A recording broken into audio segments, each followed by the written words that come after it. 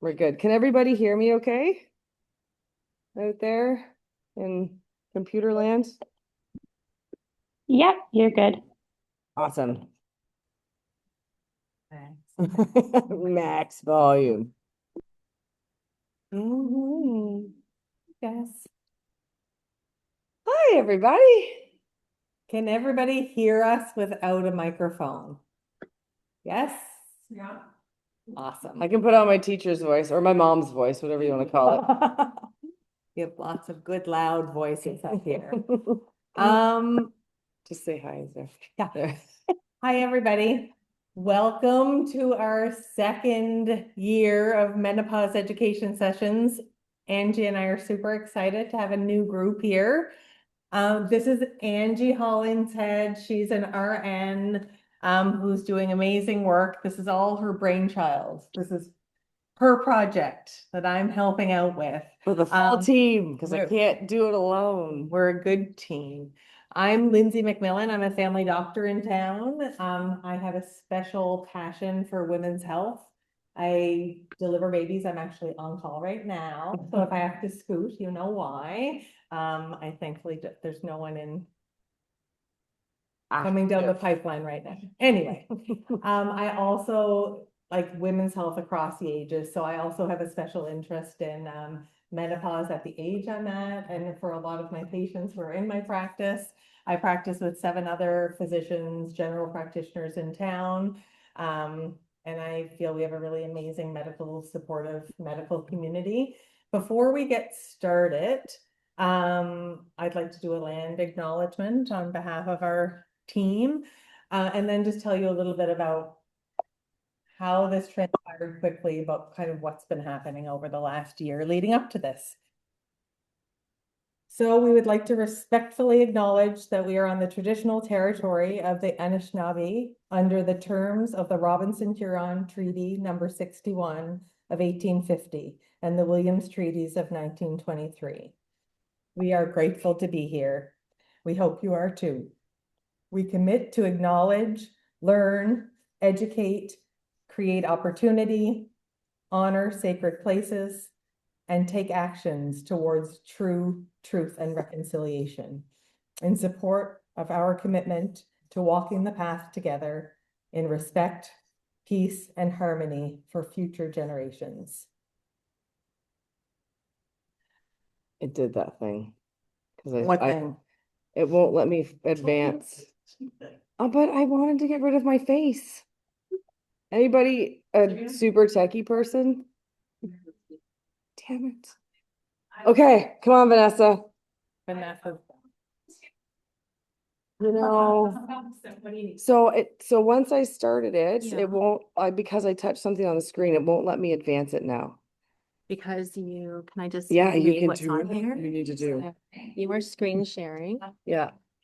Okay. So 2 years Let me stop your share. almost today, Angie came up to me and said, So here's your lab. And then My presentation's in the lead. is right here or on this side. So she took it upon herself, she's been in the for over 20 years, to do some further credentialing and menopause education, which she can tell you a little bit about. I was talking about your extra training in menopause education. And then basically we were trying to figure out a way to get education to our local communities and beyond. And that's where our amazing research team came in. So Maggie is our research coordinator, administrator, I'll never get it right. How we came to be able to put these sessions on without you guys needing to pay anything out of pocket is we went through the Northern Ontario School of Medicine Academic Society or Association and applied for a research grant. And our research question was, is it beneficial and important to have menopause education in a small rural Northern Ontario community? We started our sessions last, I think September or October, did the monthly through the whole year. And then this is our second session that we're starting tonight. And our second year of funding is coming up soon.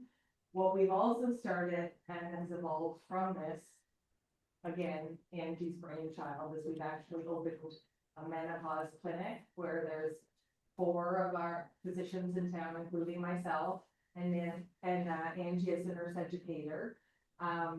Once a month, we have a clinic for patients who are referred to us for discussions around menopause hormone therapy, education around menopause, for more one-on-one consultations. So it's pretty exciting. We've had an amazing response last year. Lots of positive feedback. So we're really happy to be back and doing it again. While we're chatting, you're welcome to raise your hand at any point if you have any questions. And there's also going to be some time at the end for some discussion. I am a family doctor. I'm not a menopause expert. I'm not an obstetrician gynecologist, even though I deliver babies. I don't have any special exceptional training in menopause education. I just identified with Angie that there was a real lack and misinformation. There's so much mixed information out there.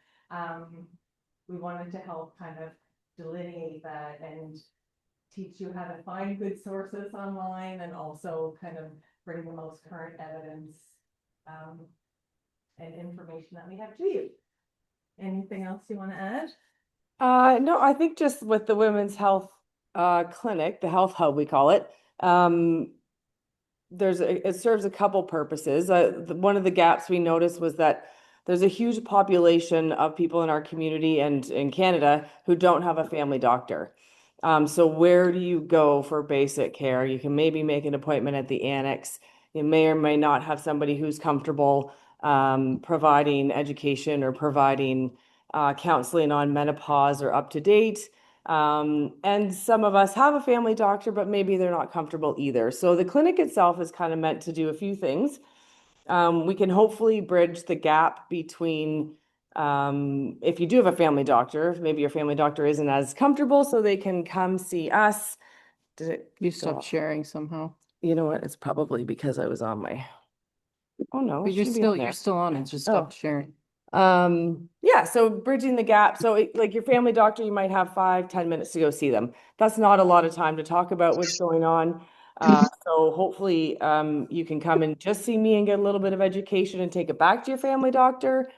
Or your family doctor can also refer to then see one of our women's specialists, I guess, Women's health doc. GPs Yeah. with a special designation in women's health, and then they could provide some extra counseling as well. Or if you do not have a family doctor, you can just come in and see me, at least get some counseling, and then we're working towards a way of getting women seen by our clinic docs without having to have a referral.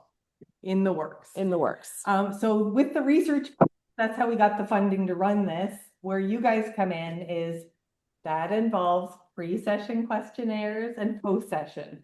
We're trying to show that you learn something from these sessions, but also that there's broader kind of targets like becoming empowered, advocating for your own health, that sort of thing on a bigger level.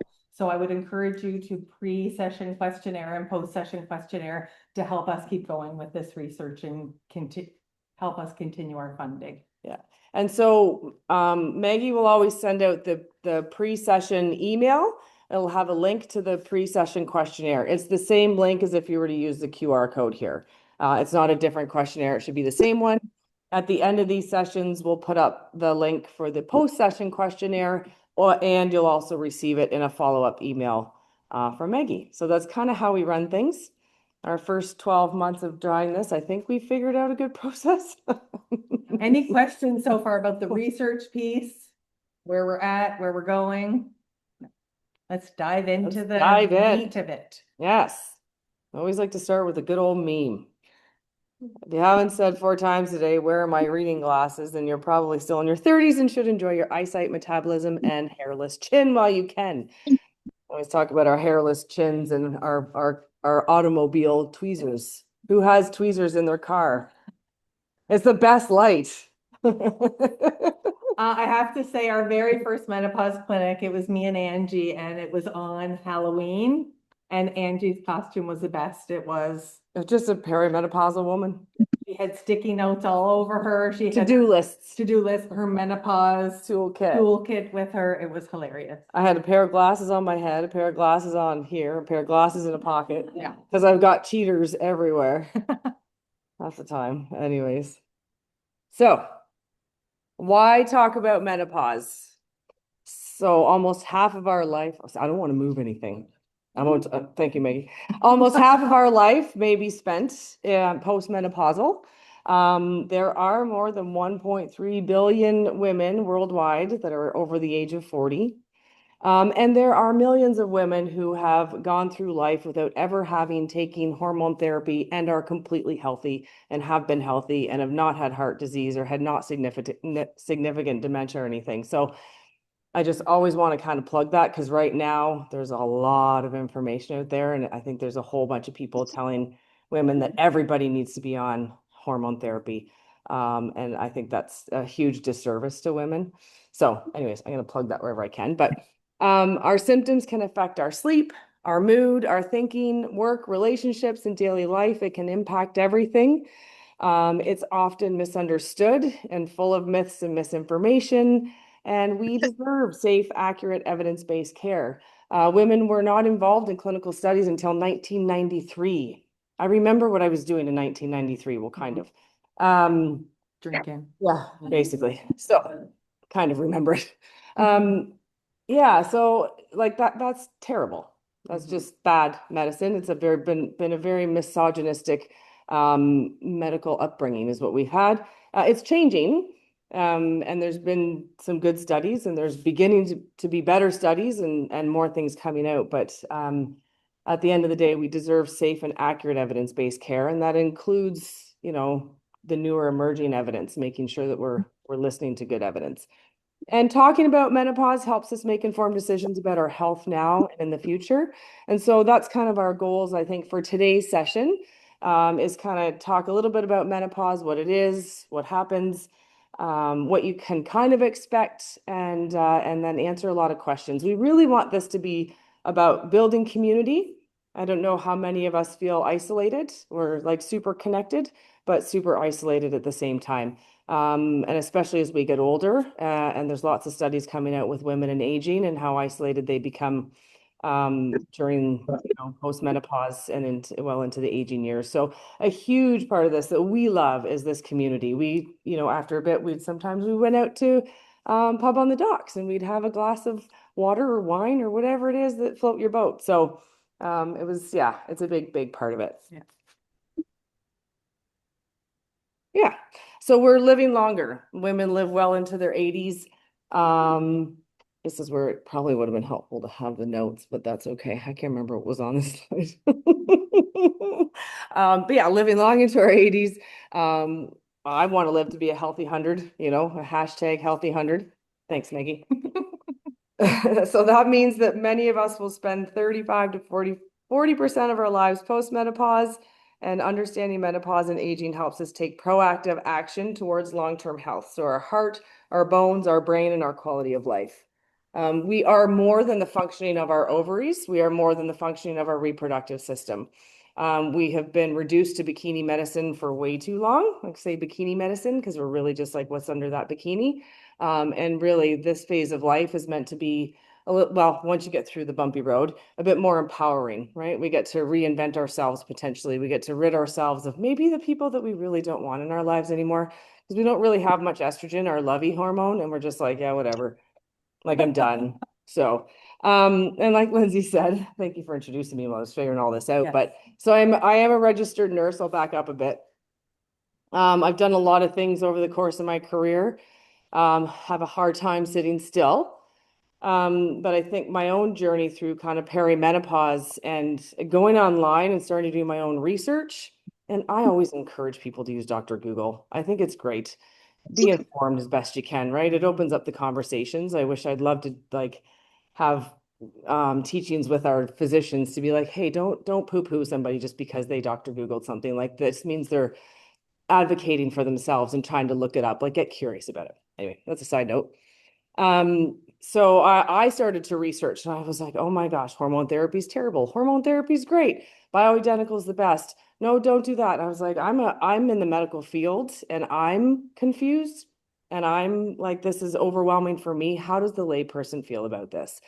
And also the huge gap. I was kind of burnt out from nursing and started like looking at nutrition counseling and personal training and stuff like that and was going to shift gears in my career. And I was kind of like leaning into the menopause coaching. I thought, well, this only hits a subset of women that can afford my services. And that's really like, yes, probably this subset of women need this, but every woman needs this. So this is how kind of this was born in a good chat with my friend Lindsay, We I both have suckered her into teenage it. boys who were born on the same day. Who are So- PFFs. And best friends. So Yeah. that's how we know each other. Yeah. Yeah. It's a good So time. not just medically. Yes. Yeah, because I don't deliver babies. Breaking news, menopause is only one day. Menopause is 1 year after your last menstrual period. So that is confusing, right? So you're either perimenopause or in the menopause transition, which we'll talk about what that means. Then once 1 year has passed since your last menstrual period, that day is menopause. And then after that, it's postmenopause. And again, I think there's some nuance in terms of there's some women that don't get periods, either because they have an IUD in or because they've had surgical ablation procedures where they don't get periods. But technically speaking, menopause is 1 day. 12 months after the last period. Perimenopause is this transitional time, and it can be 7-10 years leading up to that 1 day. And we'll talk a lot about the symptoms, which I'm sure many of you are aware of, or you wouldn't be here tonight. And then postmenopause is everything after that. Big thing, so important. Natural menopause is not a disease. This is a natural process. It doesn't need to be fixed, but it does deserve support. And I feel like that knowledge is power. And I'm going to do a lot of harping on how you can advocate for your own health with your own primary care providers, how you can access services if you do not have a primary care provider, and how you can empower yourself with the knowledge to kind of like live your best menopausal life. This is, I don't think we have to get into this, or natural menopause, induced menopause as if it's surgical. There's lots of different types of menopause. Premature is important for me as a physician. If there's symptoms or their last menstrual period before the age of 40, there's a lot more testing that I would be doing in terms of a workup. Early menopause before the age of 45 and late menopause after the age of 55. The average is like 51 and a half of menopause for women in North America. The perimenopause is this long phase with varied symptoms and accordion-like periods and lots of things that you don't know if you're losing your mind, or we'll get into some of the nitty-gritty. And then the stage of life after the final menstrual period is postmenopause. So a little bit of biology. We are all born with a very set number of eggs. Over time, the number of eggs naturally decline. I see a lot of women like fertility stuff kind of into late 30s and 40s, measuring egg reserve, because that is a natural process as we get older. There's a difference between chronological aging versus reproductive aging. A number just doesn't automatically correspond to a number of eggs. And the hormones really shift. I'm going to get a bit into the nitty-gritty about how they shift as the ovaries start to slow down, because that's what's going to lead to the symptoms and your experience during the menopause transition and after menopause. These changes, just like Angie said, this is not bikini medicine. This is not just the ovaries. It actually affects the whole body, the tissues, the skin, the brain, not just the reproductive system. So before the menopause transition, this is a normal menstrual cycle if you have normal periods. There are several conditions where you would have not regular periods, but in a regular every 28 to 30 day period, you start, this is day 1 of your period. estrogen and progesterone levels are low. This is your luteinizing hormone and your follicle stimulating hormone. These are the things that are in your hypothalamic pituitary gland that are firing off, causing increases in estrogen and progesterone. So as you get in on your cycle today, between 7 and 14, you're gonna have an increase in the LH and FSH. The estrogen slowly rises. Your follicle matures. Oh, it's not gonna get fertilized. Ovulation happens, and then with this, and you have a, or it kind of just involutes, progresses and goes away if it hasn't been fertilized into a, pregnancy. And how I describe this in my own life is, this is party time. I have tons of energy, life is good, feeling awesome, ovulate, oh, maybe a little bit, feeling sexy. And then after that ovulation, it's like, don't talk to me. I'm just involuting, I'm going in, there's no baby, I'm just gonna like involute and retract from all social activities. And now my period starts again. So that's kind of the natural, normal menstrual cycle. Is the next one the perimenopause? No, close. We're gonna talk about perimenopause after Baroness Bond's sketch. It's about menopause. If I hit the play, Vanessa, stand by. Should play all the things. Now there's just one more store I'm not allowed to go into. Yeah, isn't that crazy? Hey, are you okay? Yeah, I'm okay. I'm feeling like just a bit hot. Or is it hot in here? No, I'm perfect. Really? In that turtleneck? Actually, a little chilly. Oh, maybe I'm coming down with something. Maybe it's perimenopause. You think? I don't know. Is it? I don't know. Is it? Oh, No. no. I still wear a jean jacket. I still drink out of a mason jar. You're hot for no reason, so is it? Is it? Is it? No. Maybe? Oh, Have you read this? I don't know. I can't remember. Can't remember. It's a whole book. How can you not remember reading a book? Unless it's perimenopause. Is it? No. Is it? I mean, it can't be. No, it can't But be. is it? Is it? I don't know. I still get acne. I have a snowboard. It can't be. No. There's no way. No, it's not. Is it? Hey, Wait. those are super cute sunglasses. Are they? Yeah, they are really. Jesus. Wow, I don't even know why I did that. Sorry. Is it perimenopause? No. Is it? Is it perimenopause? I don't know. Do you have more underarm hair? My armpit hair got a lot thicker. Who's that on my chin? God. Is it perimenopause? I don't know. Well, you should know. You're my mother. I think it is. It is? Is it? I'm the baby of the family, though. Am I?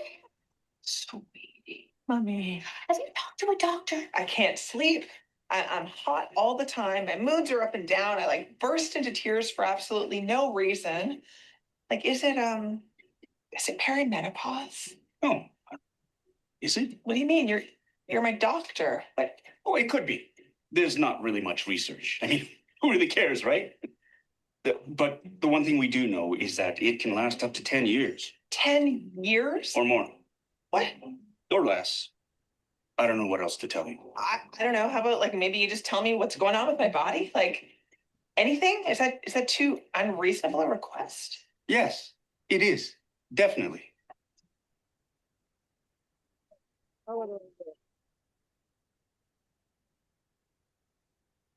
And Maggie. Oh, there it is. Yeah. Whoop, there it is. Okay. So perimenopause, the transition. I always love that. That Vaughn's sketch. It's funny. It's like, is it? Is it perimenopause? The doctor. Oh, well, that's just when we talk about perimenopause. So your periods could become lighter, they could become heavier, you could become shorter, they could become longer. It can last for some people, they just get a couple hot flashes and they've moved on. And for some people, it's like that, 10, 14 years. On average, if you were an average person, statistically speaking, it would be about 4 to 8 years. And so perimenopause is that time. So I always like to preface this as well. So if the natural age of menopause, so you haven't had surgery, you haven't, anything that's induced menopause, is between 45 and 55. This is when we can reasonably expect menopause to occur in most women naturally without any changes that happen. So, and even almost like 40 to 58 is kind of newer guidelines as well, what the research is showing. So if you are experiencing symptoms and you're 35, you're 37, you're 38, maybe even 40, you could, if you were going to hit menopause at 45, you could absolutely be experiencing perimenopause symptoms at that age. So like I went to my doctor and she said, you're kind of young, but let's give you some treatment. And then I kind of dove into it and I was just like, oh, I'm actually not kind of young for perimenopause symptoms. I was 46 at the time. She was just glad. She was, I'm just a baby. Yeah, so, but my caveat to that is always, but stay curious. Don't just assume, don't hop on the hormone train. If something is abnormal for you, don't just say, it's probably just perimenopause. I'm not going to get it checked out. If you're having abnormal periods and this is new for you, go see your doctor. You want to make sure first that it's nothing ominous and that it's just maybe a bit of hormone fluctuation. Or if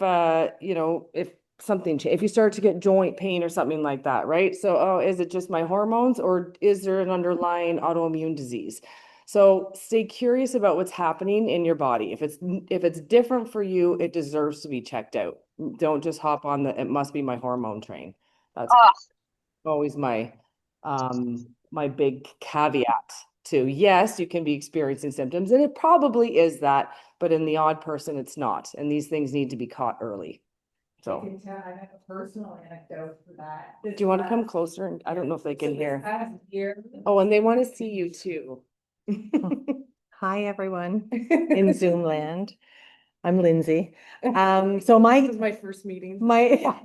my anecdotal story is I stood up here every month last year talking about all of this, about perimenopausal symptoms. And then I would go home and I'd be like, oh, I'm running pretty warm these days. Yeah, it must be perimenopause. Oh, I feel some palpitations. It's probably perimenopause. I'm at that age, so no biggie.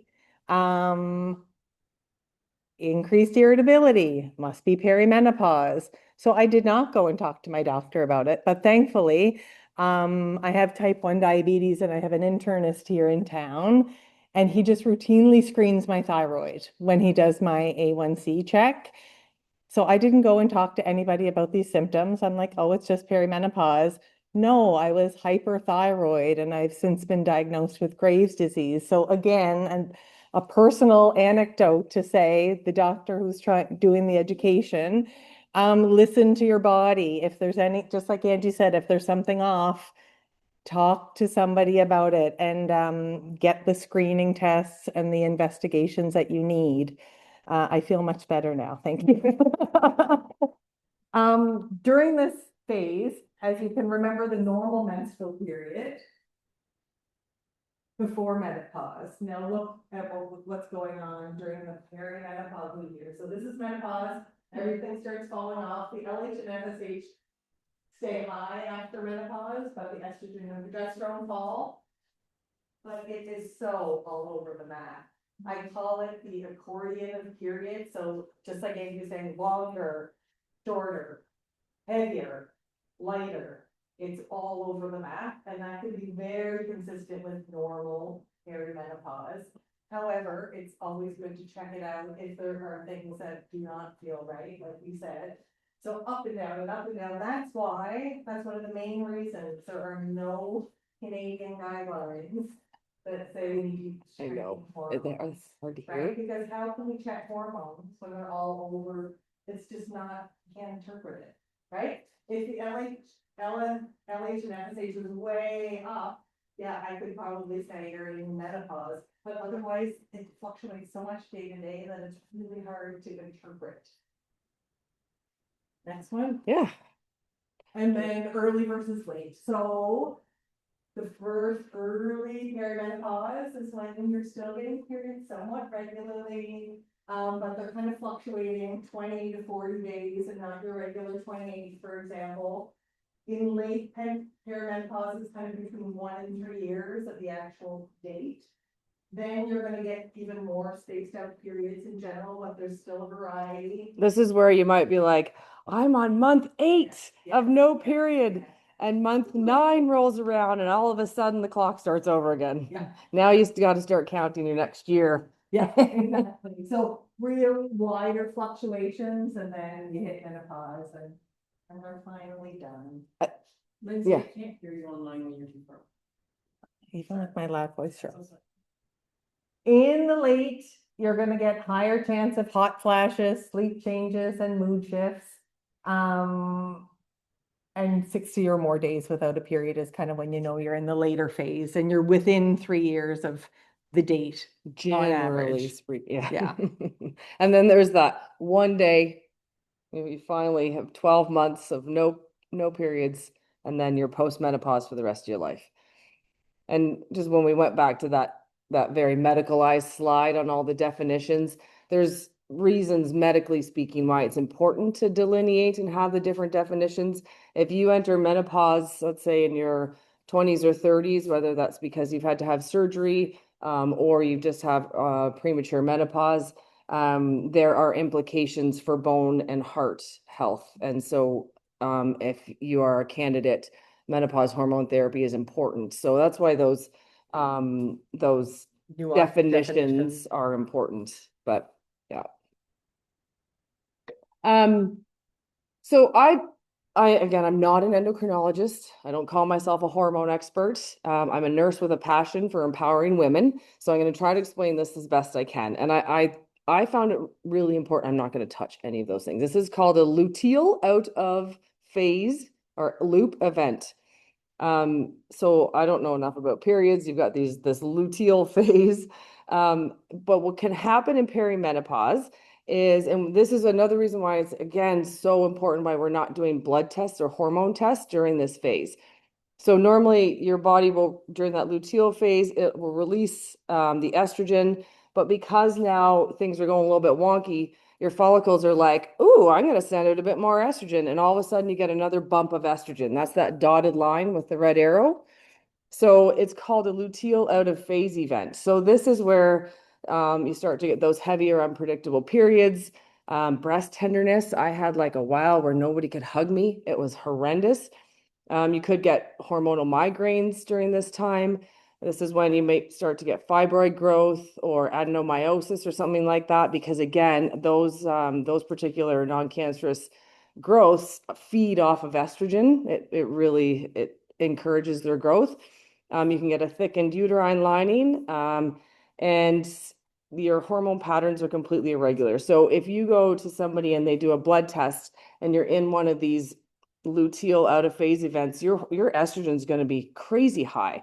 And then they're going to say, well, I'm not going to treat you because now your estrogen's too high. Yeah, but I'm still having symptoms. So this is why we should never do blood tests or the Dutch test or anything like that for to treat, because it should never predict treatment. Treatment should be based on symptoms. We are more than just a lab value. We are more than the functioning of our ovary. So if we're having symptoms that are bothersome, if you go to a practitioner and they tell you have to have a blood test for them to treat you, you need to get a second opinion. Come and see us. Yeah, come and see us. And so why it matters, why I think it's important to talk about these loop events, is it can increase long-term risks if heavy bleeding, for obvious reason, persists. So maybe all of a sudden you start to get low iron, or the lining of your uterus. If it continues to persist and grow and get bigger, you're at increased risk of endometrial cancer. Pregnancy is still possible. This is when your follicles and your eggs are going like, woohoo, one last hurrah. So they're sending out all the troops. And next thing you know, you got twins. And this is when your friends who are like 40, 45 in that age range, and all of a sudden they've got twins and it's not ending the family, right? And the other reason I think this is important, because everybody, again, right now we're talking about menopause hormone therapy and it's all the rage and everybody should be on it again. this is when the birth control pill is probably more effective because it'll regulate that estrogen, that flow of estrogen. So if you're a candidate for, and Lindsay can talk about more about the pill and stuff like that. I'm not a prescriber, so I don't commit this stuff to memory. But this is where during this particular phase with maybe with these types of symptoms, if your doctor recommends or suggests a birth control pill, it might be worthwhile. Because if you're adding the estrogen of hormone therapy on top of all these crazy estrogen events, I don't know if it would impact like say fibroids and stuff, but the regulation from a birth control pill would probably be better at this phase. And the only difference like between oral contraceptives, like the birth control pill and menopause hormone therapy, they're both estrogen and progesterone derivatives. It's just the doses are different. So in younger women who need contraception but are having perimenopause symptoms, often an oral contraceptive is one of the preferred options because the higher levels of estrogen uh, is what suppresses the ovulation, which prevents pregnancy. There's lots of other different options, but it's treated so differently, but they're actually the same. Menopause hormone therapy, same hormones, lower doses, just being used to treat the symptoms. So lower doses, less risk than the oral contraceptives. So over the age of 50, typically oral contraceptives, anyone with a heart history, not good. Anyone who's a smoker, oral contraceptives raise the risk of heart disease and stroke too much. Whereas menopause hormone therapy, which we were all scared about 10 years ago, has really shifted and is much safer than we once thought, which we'll get into in future sessions, the nitty gritty of that. But they are the same, they're just kind of different doses. Oral contraceptives are about 2 to 4 times more potent in the hormone levels than the menopause hormone therapy. And just another note on that, if you are somebody who is at risk of becoming pregnant and you do not want to become pregnant at this age, the recommendation is for birth control, some form of birth control. It doesn't have to be a pill, whichever you choose, until at least, I think it's up to 2 years post-menopause. Just in case. Just in case. Yeah, in case there is a last hurrah. So if you're at risk of pregnancy and you do not want to become pregnant, make sure you're continuing to use some sort of barrier to make sure you don't become pregnant at that time. And symptoms, what did we do when we did yeah, the one session. Anyone want to tell us some symptoms of perimenopause without looking? Anyone experiencing or want to share? There are a ton of symptoms that can be associated. Like Angie said, it's a whole body experience. Like look at joint pain, osteoporosis, allergies, night sweats, brittle nails, breast pain, irregular heartbeat, fatigue, digestive problems, Smelling like a tingling. 13-year-old boy all of a sudden. That's Yes, super increased BO, headaches, difficulty concentrating and focusing, hair loss, irritability, mood swings, you name it, electric shocks. Yeah, check, I can see. Check, check, check, check. All of a sudden you get restless leg syndrome where your legs cramp in the middle of the night. Insomnia, something irregular, yeah, lots of stuff. Digestive issues, all of a sudden you start to get a lot more bloating and feeling like crap. And so I think from a treatment perspective, when you're looking at, okay, how is this impacting me? We kind of look at it like most things can fit under kind of these 5 categories. I like, Maggie, that you put it in kind of a circle because like if hot flashes or night sweats or restless legs are impacting your sleep, that's going to impact everything else. You know, I used to say like sleep is kind of sleep and your nutrition and your exercise and things like that are the foundation of your health. That's the bottom of your pyramid, pyramid. Like a period on the brain. If those things aren't, if you're not functioning well at those levels, nothing else is going to really fix that. But if you've got hot flashes and night sweats and you can fix the sleep somehow, whether that's with hormonal therapy or not, that could potentially impact everything else. Yeah, vasomotor symptoms are hot flashes and night sweats. Urogenital is the dry vagina. And with- possibly increase in urinary tract infections, or maybe you're getting UTIs for the It's- first yeah, time. changes down there that reflect a lack of estrogen in the system, which we'll get into in future sessions. Brain and mood changes. I think I could certainly make a check mark there. Sleep disturbances. Yeah. And the other physical symptoms. Yeah. Yeah, so the hot flushes and night sweats is probably one of the best studied symptom of menopause and perimenopause, which is why they can confidently say like menopause hormone therapy is the gold standard for treatment for those who can take it, because it's 90% effective for those who are eligible to take it and want to take it. So it is the gold standard because there's been a ton of research on it, so that, you know, our medical community can confidently say based on that research. But that being said, there's a lot of other treatments too. Like hormones are not the only option. They're not the only game in town. And so our hot flushes, as some of us may already know, it's caused by the changes in how the brain regulates our body temperature. And I'm just going to touch on this because it's the same part of the brain where our antidepressants will work as well. So, which is really cool. So sometimes I've heard from quite a few women, they go down to see their doctor about hot flashes and they say, I'll give you an antidepressant. And I say, well, I'm not depressed. Like, and then they want to punch them in the face or throat punch them, you know, whichever works. And then they just feel dismissed. But it just takes that little bit like, oh, well, if we put you on a low dose SSRI, it might help with a little bit of maybe that meh or low mood you're feeling, but it can really help with your hot flashes too. So there are non-hormonal treatments that work. We just need to educate, I think, our medical community to communicate it better and not just like throw anti-anxiety and antidepressants at every woman out there, because that's how we feel when we go in to talk to our doctor and they just say, I think it must be just anxiety, you know, must be just depression, and we just get dismissed, unfortunately. But this is part of our mission, right, is try to help that as well. So hot flushes and night sweats. We call it a flush. You'll notice that's not a typo. We did that on purpose. It's not a flash. Anybody who's ever experienced one, it doesn't come in a flash.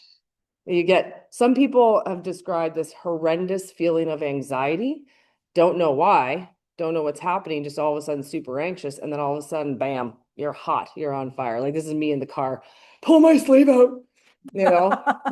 And the kids are like, what? I'm like, just pull the sleeve out. You can have palpitations, you can have this feeling of dread. Some people, it can last several minutes. So it doesn't come in a flash. And they can severely impact our quality of life. That was one of my things. A nurse, I was working in our chemo clinic. I was having to wear PPE. And it's trying to start an IV on a patient, and I'm just like, all of a sudden it comes on, and now I can't see because my glasses are fogged up, and I'm sweating through everything, and I'm trying to convince them that this isn't my first IV. I'm not nervous. I'm just having a hot flash. And one of my patients was like, it's called a power surge. And I thought, ooh, I like that one. I think I can use that to try to trick my brain a little bit, that this isn't just dread and doom. It's like, oh, I'm having a power surge. You all just got to deal with my sweatiness. But the change of clothes. So, but if they don't bother you, they don't necessarily need to be treated. If they're impacting your quality of life, there's lots of options. So, and they can change over time. They can come and go. Some people are super flashers and have them for like 10 years post-menopause. I have little fans that I carry around everywhere. I was already a heavy sweater anyway, and now it's just horrendous. So with the vasomotor symptoms, in Canada currently, we follow the Society of Obstetrician and Gynecologist guidelines, and there are a very certain subsect, again, we'll get into in future talks, about indications for menopause hormone therapy. And like Angie said, vasomotor symptoms are number one. Genitourinary symptoms of menopause are number two. Osteoporosis is number three, and then it's like surgical menopause, definitely, if you've had to have your ovaries removed. But there are not a lot of clear guidelines or evidence If you went into your doctor and you said, I have joint pain, please put me on estrogen, it's going to be hard. It's going to be a hard sell for anyone who's practicing under the current guidelines that we follow. Even though in 2 years, I think there's a study going on right now about osteoarthritis and hormone therapy that's really looking promising. So it might be different in 2 years, but as of right now, they told us they were leaving. It's not because we're doing a bad job. I'm not taking it personally. They had to leave early. So there are certain indications and there are certain things that could be used off-label depending on what provider you're speaking to. But it's pretty clear in the guidelines who should be offered menopause hormone therapy versus alternative things. So again, the definition of a hot flash, your body is deciding to spontaneously combust while taking you on a secret roller coaster ride through the bowels of hell. Yes. It's fluctuations affecting the thermostat of our brain. Your body becomes more sensitive to the temperature changes. The heat rises quickly. The body cools itself by flushing. And that's where the sweats come and the chills. So there are a lot of things that can exacerbate your sensation of hot flashes or vasomotor symptoms, including stress, alcohol, spicy foods, and poor sleep. But also you can get poor sleep because of the vasomotor symptoms, but they can all be triggers. Why vasomotor symptoms matter. As we talked about, it impacts your sleep. I love your animations, Maggie. Maggie does our slides. We're so lucky. And I am a complete and utter disaster. I'm a hot mess on most days, and we've had months, and I just got Maggie the slide content on Monday. Thank She's you. good. I She's love you, good. Maggie. Yeah. She's like, please send me these at least a week in advance. I could hear your tone in the email, even though you didn't all caps it. I yelled at myself. Mood, obviously, it can impact that. Like, don't touch me. Get away from me. Our concentration, 100%. I don't know who can concentrate while you're having a hot flash. Like, it's bad enough you get a little bit embarrassed, and then you get embarrassed because you're having a hot flash, and then it just escalates. Especially if you have to stand up in front of anybody or talk to anybody at all. Work performance, absolutely. There's a huge subset of women who get passed over for promotions, who may bow out of the work that they're doing. Nursing is one good example of that. We don't support our nurses very well. In healthcare, it's a 24/7 job and you're expected to do 24/7 work. And when you're feeling like crap, I don't want a nurse who's not sleeping and not feeling well and not thinking well and, to take care of me. But somebody has to do it. So we need to treat, this is why we also need to help treat the symptoms. Let's get people sleeping, but also feel supported in the workplace. There's a big push right now for menopause in the workplace and to support women. And of course, quality of life. Just overall, they can impact our quality of life. So our treatment options, as we talked about, hormone therapies, non-hormonal prescription medications. We're not going to touch on all this right now. This is going to be in the next session. Sorry, you have to wait. Lifestyle modifications. So like I talked about, if our sleep isn't great, if our stress is through the roof, our nutrition is impacted by both those things. I know I'm not going for the carrot sticks when I'm feeling like that. It's chocolate covered almonds and chips, and a bottle of wine probably. But that all of that can impact everything. So if we don't have those building blocks figured out first, no amount of drugs is really going to help you. And there's lots of evidence to support lifestyle changes, including movement, nutrition changes, stress reduction, and good sleep, how positively it can impact a lot of the symptoms related to the menopause transition. Especially mood. Yeah. All of them, I would say. Yeah. And now I understand why my mom used to go for a lot of drives.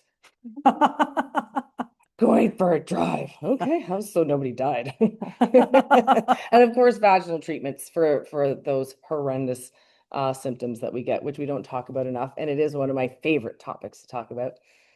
So we will get into that at some point, but you want to talk about this one? Sure. Okay. Yeah, there's really clear evidence, and I'm sure a lot of corroborating evidence here this evening about mood changes and effects on the mental health going through the menopause transition. Menopause has been associated with mood swings, increased anxiety, and depressive symptoms. If you've had a history of anxiety and depression, unfortunately, your risk of developing worse anxiety and depression can increase in the perimenopause transition period.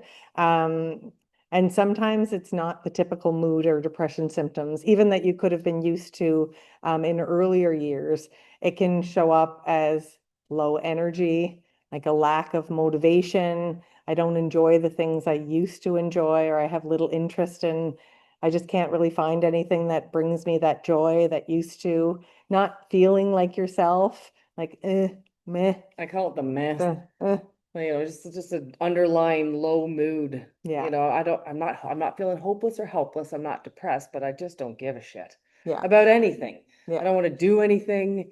I don't want to go anywhere, but that's what we need to help feed our soul too. And of course, there's medications, and I prescribe medications regularly for mood changes that are severely impacting a patient of mine's quality of life, for example.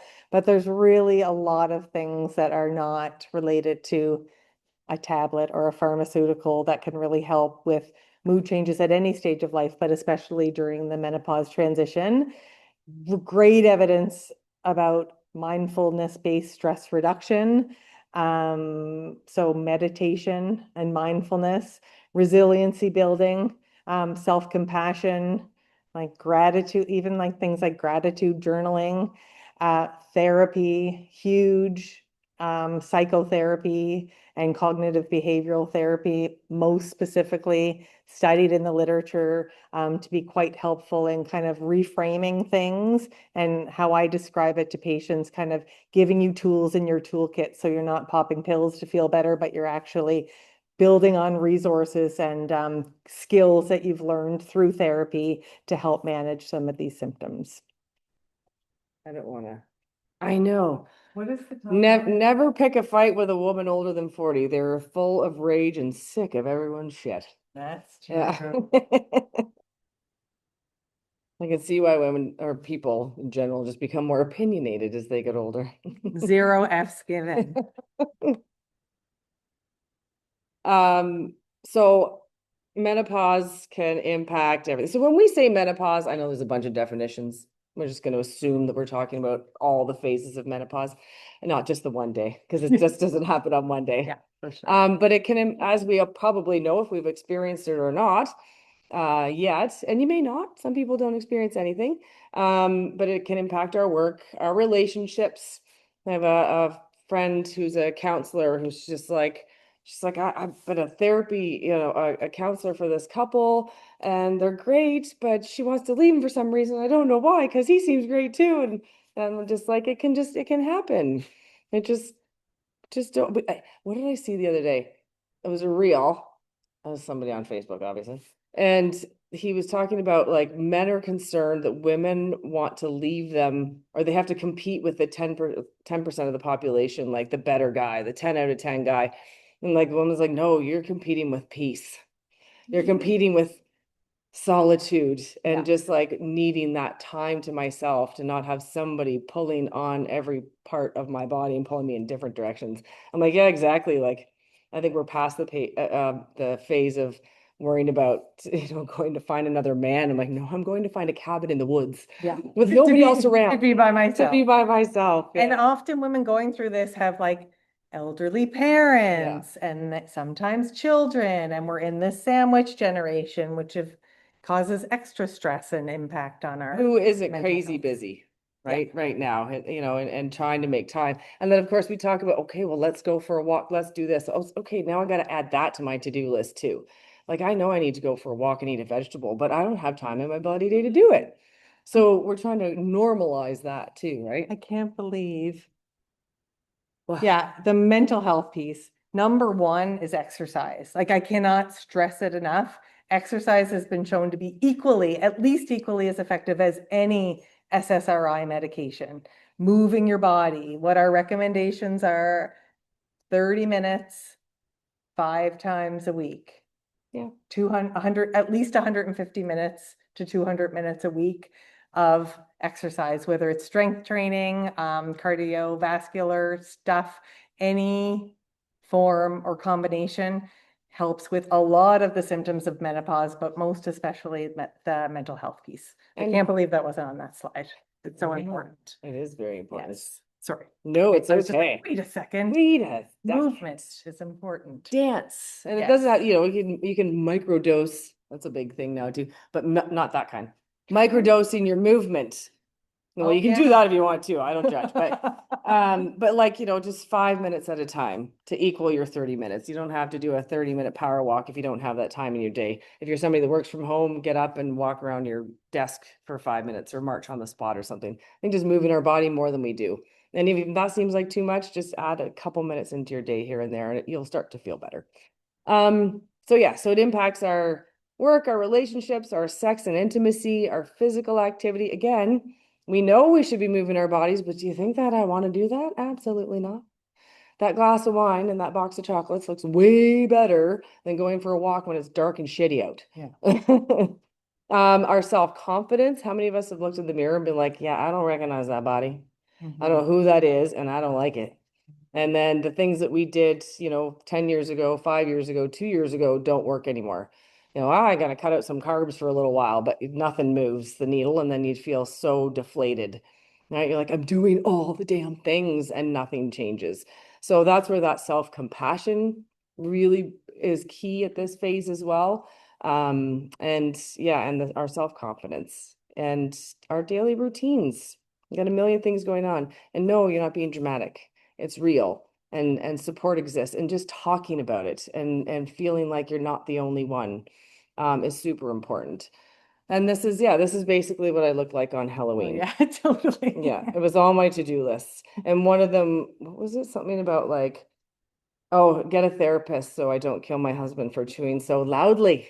He was doing it the other night, and I was like, The Exorcist, and my head swiveled. I'm like, will you stop chewing like that? Have you always done that? Or is that just me?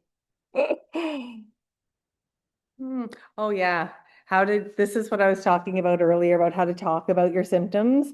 As Angie always says, and I agree, staying curious about how and being in tune with your body. A lot of us are living externally without really, that's where I really like the mindfulness piece. It's like taking the time to stop and actually listen to the body.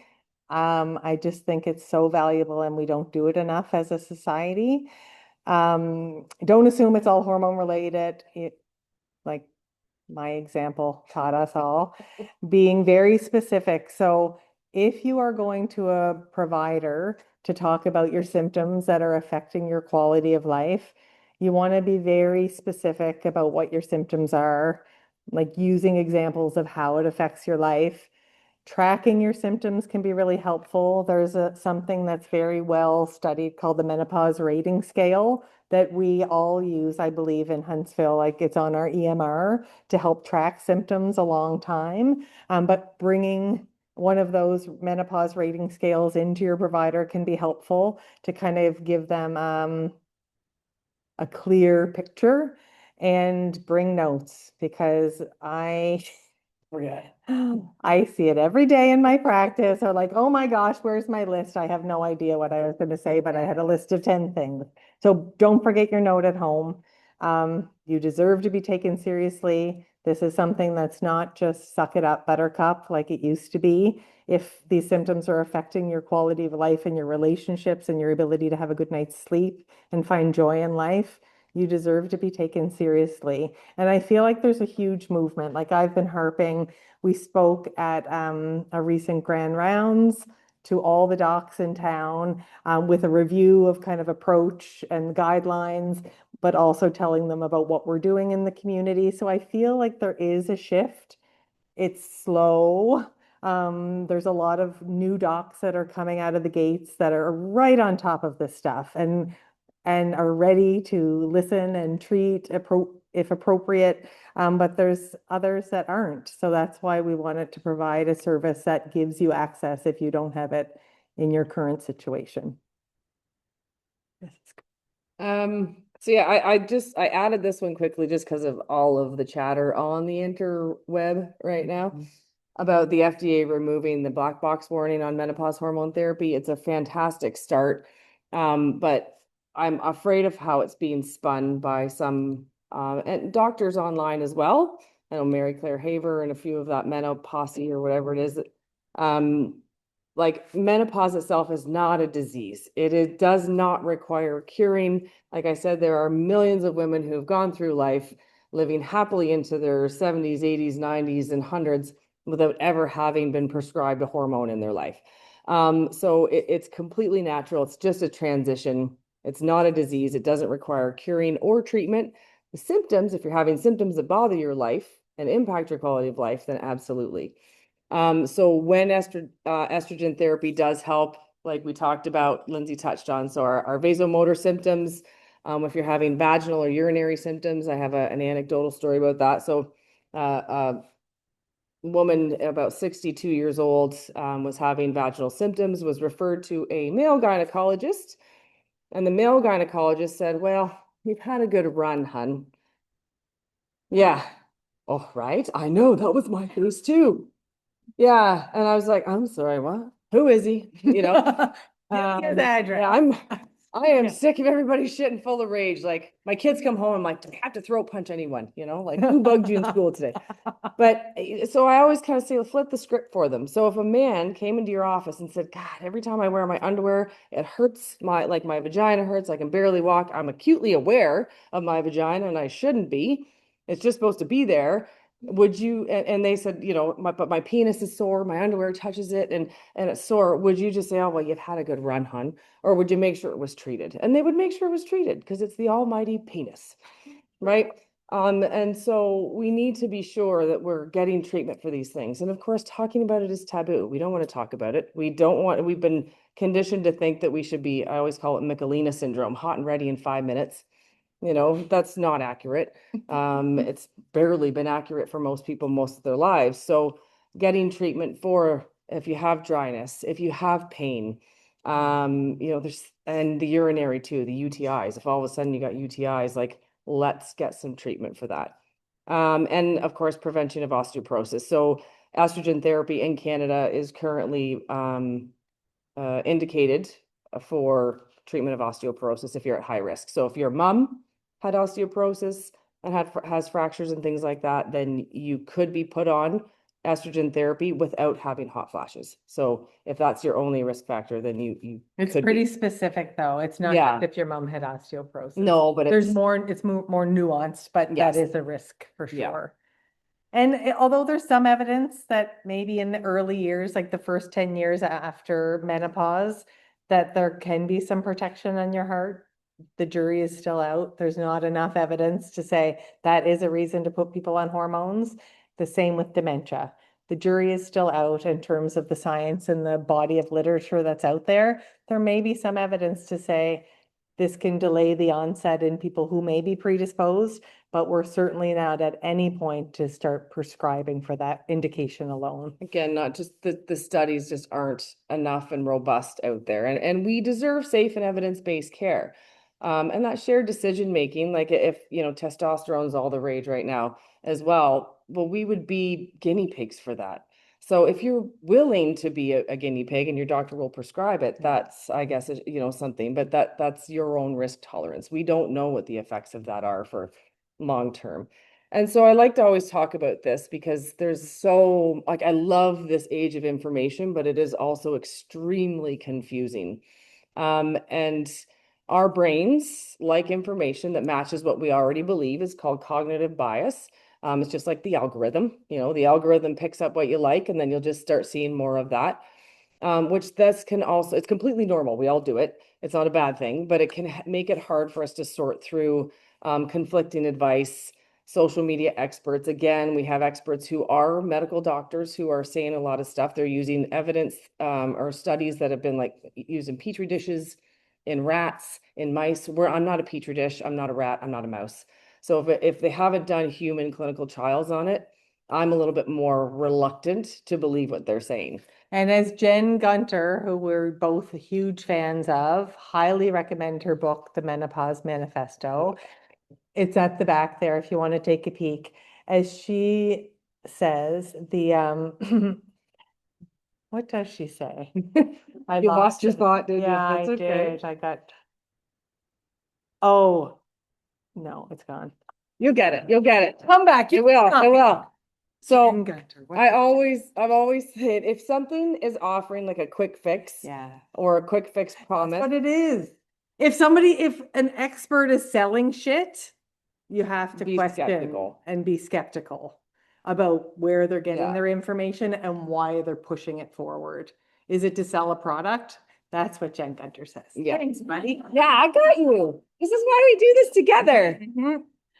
Two perimenopausal brains Yes, make one. yes. Awesome. Yeah. Mhm. And of course, fear-based messaging, which is what I feel a lot of this, like, if you don't take hormone therapy, you're going to get heart disease and dementia. And that's scary, especially for the women who can't take it. There is a large population of women who cannot take it. So we just want everybody to leave feeling like, okay, I can make a decision for myself and understand that. So reliable evidence when you're looking at, what is the best evidence out there to support any recommendations for care, meta-analyses and systematic reviews are the top because this is where they've taken like hundreds of studies and they review it and kind of see what the trends are basically, right?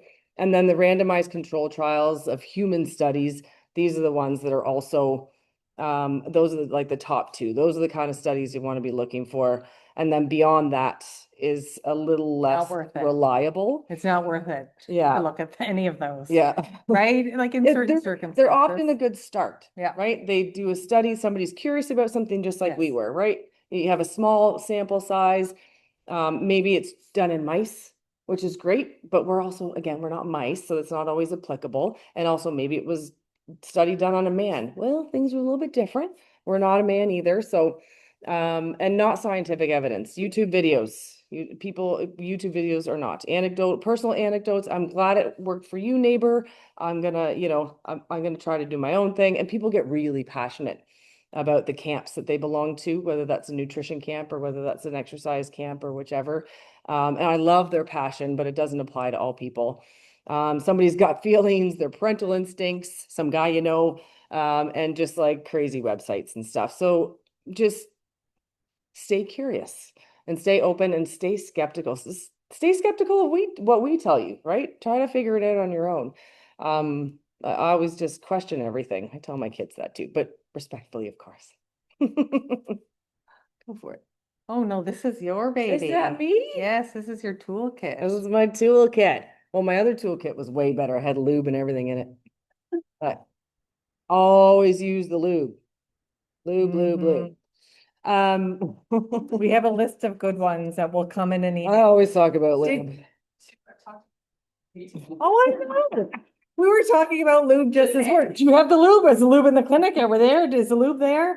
Lube is very important at this stage of our lives. Yeah, if penetrative sex is something that's important to you. Or I'm examining Or a patient. he's examined by a physician. I most certainly will be using lube if I need to check your nether regions. Lots of it. Yeah. So your toolkit, again, I don't want to add more to-do lists to everything you already have to do, but if there's a moment in your day where you can take a breath, a little stretch, even if it's first thing in the morning, if you can, tracking your symptoms is super important, especially at this phase.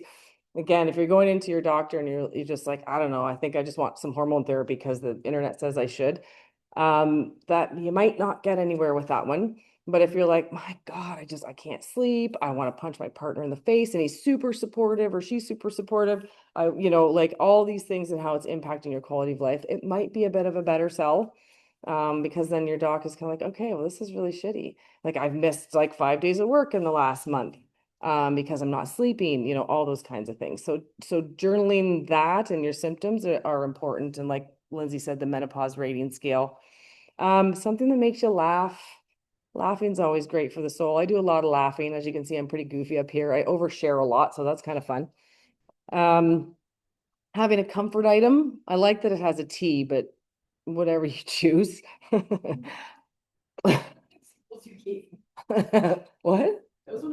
I know, I love it. It's cute. No, it's amazing. No, I was just like, I could have had a glass of wine on there, but I don't feel But very. that can worsen vasomotor symptoms as men. And how you feel the next day. Oh, But, Mhm. and of course, oh yeah, just use the lube. The comfort item, your lube. it Yeah. should have been a bottle of lube. Yeah. Yes. Yeah. And of course, a reminder of who's in your corner. So we are, reach out anytime. Your gal pals, like, just just start the conversation. So what's coming next? So our next session in February? Woohoo, I got it. I didn't even have to count on my fingers. So we're going to be talking more about managing symptoms and evidence-based treatments. We're going to talk more about hormone therapy, non-hormonal options. We're really going to dig into that. Our sleep, mood, the safety of treatments, and of course, lifestyle medicine, because it really is like the importance of that. Can't stress that enough. And with the therapy, just to quickly touch on it, it really is a conversation, right? There's not a you can or you can't in this world today in terms of treating menopause. It's recognizing risk when there's risk and recognizing what your own personal risk tolerance is. I had a woman come up after one of our talks last year and she said, Lindsay, I had such severe vasomotor symptoms that I went on hormones. I got breast cancer.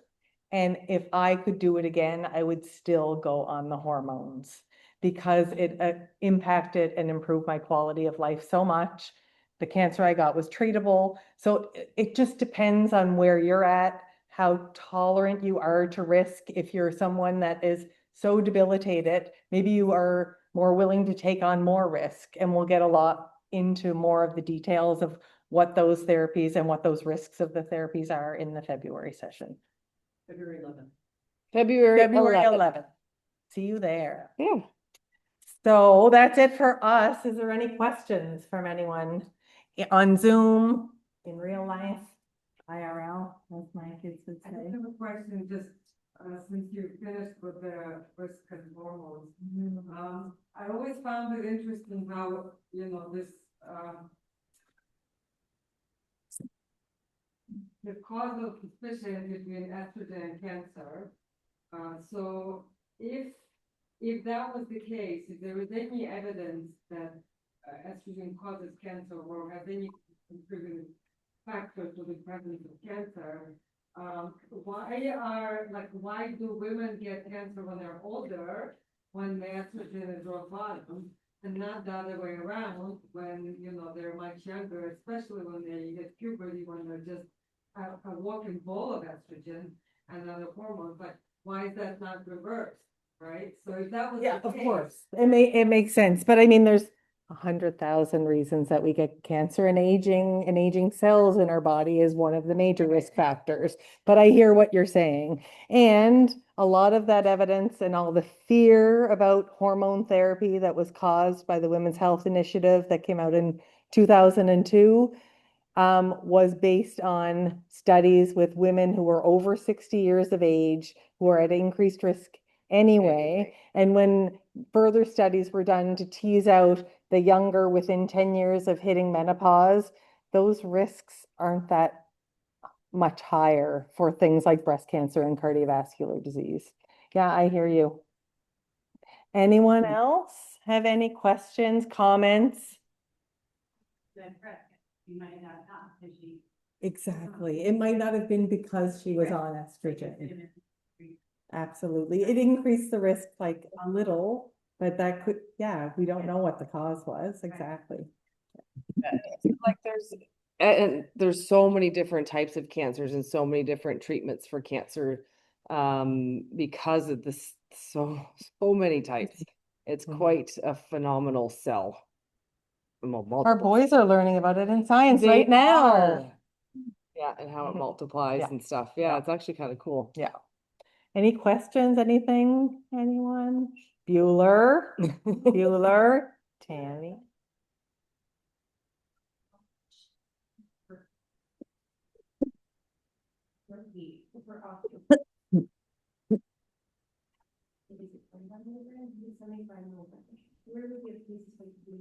Jen Gunter's book, The Menopause Manifesto. Also, there's a Canadian website called the Gynecology Collaboration. And it's a pool of resources from gynecologists across therapies and treatment strategies, both for healthcare providers and for patients. So you can download PDFs that you can print off. The Gynecology Collaboration, it's awesome. I'll add that to our hands. And we have some resources that will come out after the sessions about things we talked about and good resources that you can find online with respect to those topics. Any online? With that, any questions online? No? Thank you so much for coming out tonight. We usually have music pumping, but we forgot our My music. speaker. We forgot the speaker today.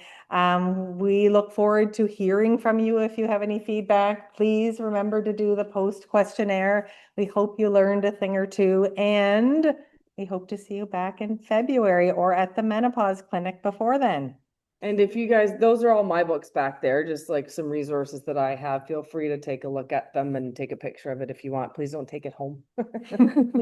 She needs her library. Need my library. And we're here to chat if you want to come Yes. and ask some questions, but don't feel like doing it in front of the crowd. Yeah. Thank you guys so Absolutely.